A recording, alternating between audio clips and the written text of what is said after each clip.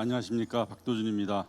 앞에 그 장지원 선생님께서 이제 대학에도 있다가 또 지역회사도 가고 여러 가지 하셨다고 그러셨는데, 저도 생각해 보니까는 딴짓을 많이 한 것 같습니다. 제가 금년에 연초에 그 국민연금에서 편지를 받았는데, 이제 만 62세가 됐으니까는 국민연금을 받을 자격이 됐다, 그래서 신청을 하라, 그런 그 편지를 받았는데, 보니까는 제가 그 연금 히스토리를 보니까 제가 국민연금도 냈다가 또 미국에 가서는 그 소셜 시큐리티 텍스라고 되게 연수 가시기 때문에 그걸 안 내셨을 텐데, 저는 이제 취직도 하고 이랬기 때문에 그것도 냈고, 한국에 돌아와서는 다시 펠로우를 하면서 국민연금을 냈다가, 그다음에 대학에 발령받으면서 공무원연금을 냈다가, 서울대학이 법인대학이 되면서 사학연금으로 바뀌었다가, 또 국립병원에 가면서 다시 또 공무원연금으로 됐다가 다시 또 돌아오면서 사학연금이 됐습니다. 그래서 제가 연금을 연결하려고 했더니 연금 담당자가 잘 못하겠다고 당신이 알아서 하라는 식으로 하는데, 좀 딴짓을 많이 했던 것 같다는 생각을 하고 있습니다. 그래서 내분비학이 어떤 것인가, 제가 그 학생 때, 그다음에 그 전공의 때 들었던 선생님들이 해주신 말씀이 다음과 같은 이제 그 한목적성을 가장 과학적으로 설명하는 학문이라는 얘기를 들었었고요.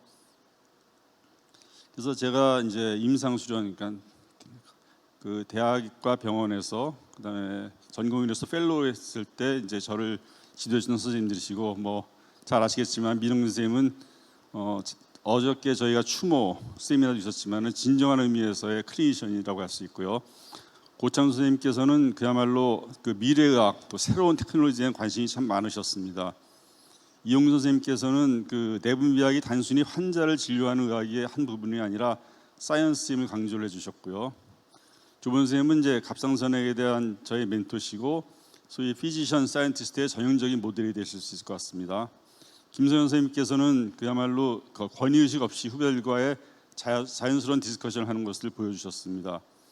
그래서 이렇게 공부를 하다가 보니까는 또 좀 다른 걸 해봐야 되겠다는 생각이 좀 들어서 제가 미국에 갔었는데, 미국에는 처음에는 한 7년 정도 있었고요. 두 번째는 이제 연수를 간 적이 있었는데, 이때 이분들이 제가 미국에 있을 때 저희 멘토였던 분들입니다. 이 두 분, 그 얼 슈타트만이랑 트리 슈타트만은 이제 그 순수한 바이오케미스트리를 하신 분이고, 사실은 백그라운드는 그냥 케미스트입니다. 그래서 그 이분들께 이제 그 이 랩에서 공부를 했었는데, 두 분 다 굉장히 유명하신 학자시고, 그 미국 생화학 분자생물학회 ASBMB에서는 그 얼 앤드 테레사 슈테트만 디스팅기스드 사이언티스트 어워드라고 하는 그 굉장히 그 프레스티지어스한 그 상이 있고요. NIH 안에서도 그 테니어 트랙 그 어워드가 이분들 이름으로 해서 될 정도로 굉장히 유명하신 분입니다. 슈테트만 박사님이 이제 논문을 쓰시다가 갑자기 90몇 세 때 돌아가셨는데, 그래서 그 다음 해에 이제 지도자들이 모여서 그 심포지움을, 하루짜리 심포지움을 열었는데, 오전에 3명, 오후에 3명 그 제자들이 심포지움을 했었는데, 오전에 보시면은 콜레스테롤 메커니즘으로 노벨상 받은 마이클 브라운 이 강의를 하셨고, 오후에는 이제 프리온으로 노벨상을 받은 스탠리 프루시너가 강의를 하셨습니다. 두 분 다 이분의 제자였었고요. 제가 직접적으로 이제 제가 일했던 것은 이제 이서훈 선생님이신데, 굉장히 그 업적이 많으시고, 제가 있었을 당시에는 주로 이제 그 포스폴라이즈 C에 대한 일을 하셨고, 그다음에 제가 다시 한번 연수 갔었을 때는 그 이제 H2O2를 이용한 그 ROS에 대한 일을 하고 있었습니다. 제가 미국 가서 처음 했던 이제 것을 쓴 논문인데, 그래서 보니까 얼마 전에 보니까 한 280회 정도 인용이 됐었고, 요거는 제가 처음으로 아이디어를 내서 썼던 이제 포스폴리션에 대한 논문인데, 이게 일단 150회 정도 인용이 됐었습니다. 그래서 NIH에서 재밌게 일을 하다가 한국에 갈까 말까 고민을 하다가 한국에 가는 걸로 마음을 먹고, 그렇다면은 이제 하버드 대학이라는 데 또 한번 좀 구경하고 싶다 해서 그 조슬린 다이브 센터의 이제 조지 킹 이분과 같이 1년 정도 일을 했었고요. 거기서 쓴 논문인데, 역시 이거는 그 임상과 관련된 것으로 그런지 그 인용이 좀 많이 됐더라고요. 그다음에 이제 한국에 올려다 보니까 학위가 있어야 될 것 같아서, 석사는 제가 미국에서 그 왼쪽에 닥터 밴드옥이랑 같이 했고, 한국에 돌아와서는 이제 그 생학교실의 정홍근 선생님 밑에서 박사학위를 했습니다.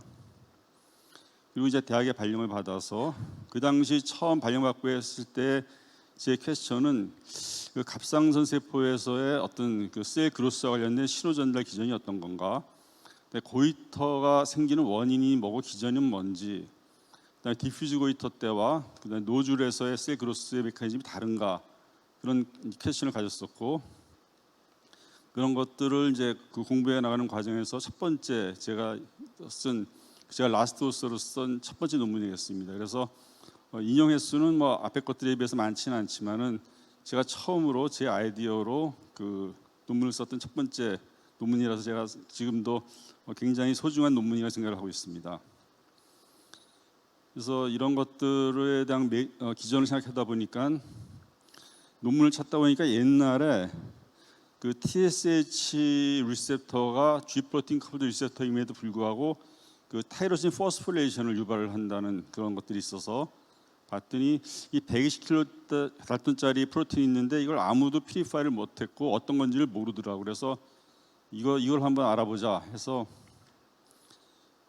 이게 뭐 굉장히 복잡한 프로틴이 있지만 사실 여기에 보이지가 않습니다. 굉장히 미량의 원소고, 제가 프로틴 피리파이 하는 거는 이제 그 미국에 있을 때 많이 해봤기 때문에 좀 자신이 있어서 이거를 시작해서 이제 DA 아이온 익스체인지 컬럼을 했었고, 하이드로포빅 인터랙션을 하는 페닐 컬럼을 사용하고 질 필트레이션을 해서 결국은 피리파이를 했는데 EG5라고 하는 이름의 그 프로틴을 피리파이를 했고, 사실은 지금도 매드라인에 쳐봐도 이것과 EG5가 포스포리레이션을 연결해 보면은 검색이 되지 않습니다. 그래서 제가 이거를 그 크로닝까지는 했는데 펑셔널 스터디를 하려다 보니까는 도저히 학교에서는 어렵다 생각해서 이제 국립보건연구원에 가서 한번 해봐야 되겠다 해서 여기를 갔었는데, 가서 봤더니 옛날에 국립보건연구원이 불광운동 했을 때는 좀 학교 같은 분위기였었는데 오송으로 움직이고 나니까는 이게 좀 많이 변했더라고요. 그래서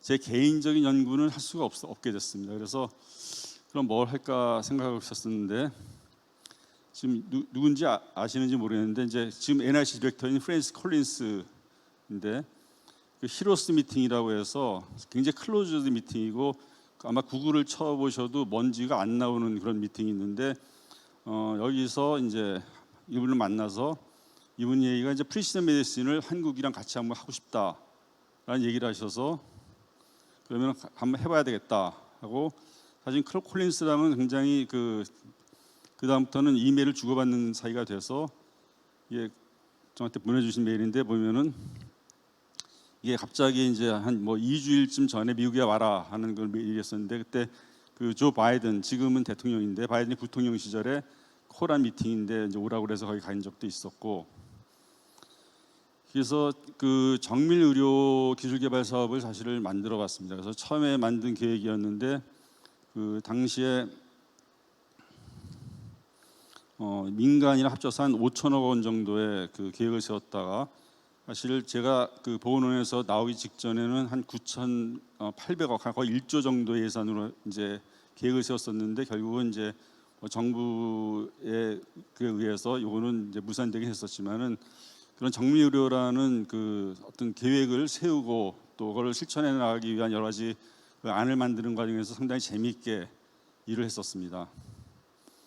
그래서 다시 학교로 돌아왔는데 이제 뭘 할 건가 해서 생각을 하고 있는데, 요새 제가 관심 있는 분야는 이제 그 ROS 스카벤징 시스템, 그 요오드가 사실은 갑상 호르몬을 만드는데 굉장히 중요한데, 요오드 자체가 굉장히 강력한 산화제인데 호르몬을 만들기 위해서는 그 타이로신의 페놀링에다가 요오드를 붙여야 되는데, 그러려면 요오드를 일시적으로 옥시데이션을 시켜야 되는데 산화제인 요오드 옥시데이션 시키려다 보니까는 더 강력한 산화제인 H2O2가 필요하고, 근데 그 H2O2가 만약에 제대로 스카벤징이 안 되면은 어떤 갑상선 세포의 단백질과 DNA가 데미지를 받고, 그것이 어떤 오토이뮨 디지즈나 어떤 DNA 데미지를 유발해서 그 캔서를 유발하지 않냐, 그런 가설을 가지고 생각을 하고 있고, 이 갑상선에 있는 이 단백질들이 거의 상당히 많은 부분이 보시면은 이렇게 그 셀룰러 시스템을 포함한 ROS에 관련된 단백질들입니다. 그래서 이걸 어떻게 좀 해볼까 하는 생각을 지금 요새 하고 있습니다. 그래서 결론적으로 내분비학이 무엇인가를 다시 한번 생각을 해봤었는데 그 선생님께서 말씀해주신 여러 가지 그 과학적인 거, 호르몬이 큰 변화를 초래한다, 미래의학이다, 생화학의 메커니즘을 바로 디지털과 연결시킬 수 있다, 벤치드 베이스사의 좋은 모델이다라는 것도 있고, 제가 개인적으로 생각하는 거는 좀 재밌고 지루하지 않았던 것 같습니다. 내분비학이라는 게. 그리고 한눈을 팔거나 딴짓을 해도 그렇게 별로 많이 혼나진 않습니다.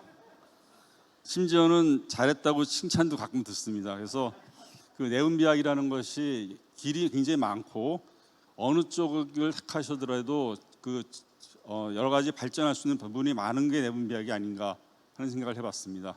고맙습니다.